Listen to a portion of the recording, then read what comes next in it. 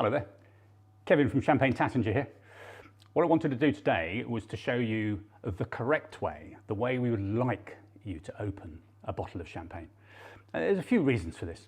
Really, the main priority reason is inside a bottle of champagne, you are looking at roughly 6 atmospheres of pressure. That is a huge amount of pressure. If unrestrained, the cork will leave the bottle at 13 meters a second. That is faster than you can blink an eye. And we know that the record distance for firing a cork is 177 foot in New York in the late 1970s. So you need to be careful when you're opening a bottle of champagne. So what we want to do, the first thing we want to do is take off the foil.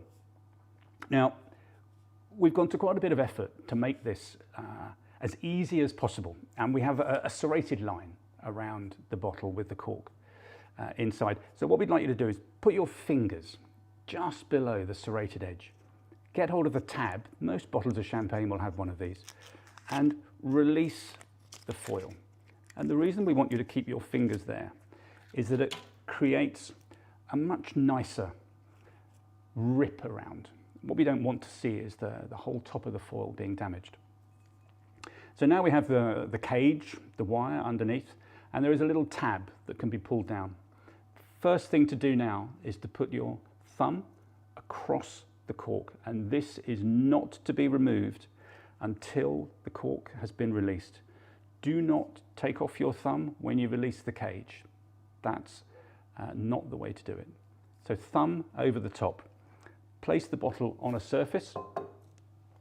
Start to undo the cage. Just a few twists. That is now released. If you took your thumb off, take the cage away, the cork could fly off. So we keep our finger over the cork. Wrap your index finger around the cork and hold the cork in place while gently turn the bottle. Now you'll feel the cork is starting to come out, and what you want to do is control that release to that little gentle hiss, and we haven't wasted any champagne. So now we're going to pour. Classic champagne flute here. There are 2 ways of pouring. If you're in a hurry, what you can do is tilt the glass and pour the champagne so that your foam doesn't reach up through the glass. Never fill the glass any more than just over half, so that you allow room for the aromas to develop within the glass. What we'd rather see you do is to have the glass on the table and to pour from the bottle. Now, you can put your thumb into the punt to control the bottle if you're comfortable with this. It is a slower method of pouring, but really, I just think it's the most pleasing way. And really, this is called the 2-step. So you pour a little bit, allow the fizz to fall back, and then top up. Again, to maybe just over halfway, always presenting the label face forward to the guest or the customer. That then goes back into the ice. What you want to be looking at here is just that beautiful color, the aromas, the bubbles.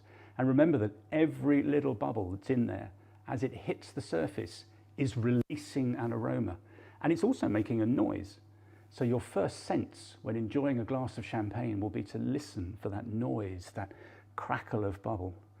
Then a little bit of a look at the wine. Is it clean and clear? It looks absolutely beautiful. And then a smell. That fantastic brioche, white fruits, just everything that you want. And your brain is already thinking, oh, I'm so going to enjoy this beautiful glass of champagne. And then the taste. Just delicious. Tassinger Brut Reserve. Please enjoy.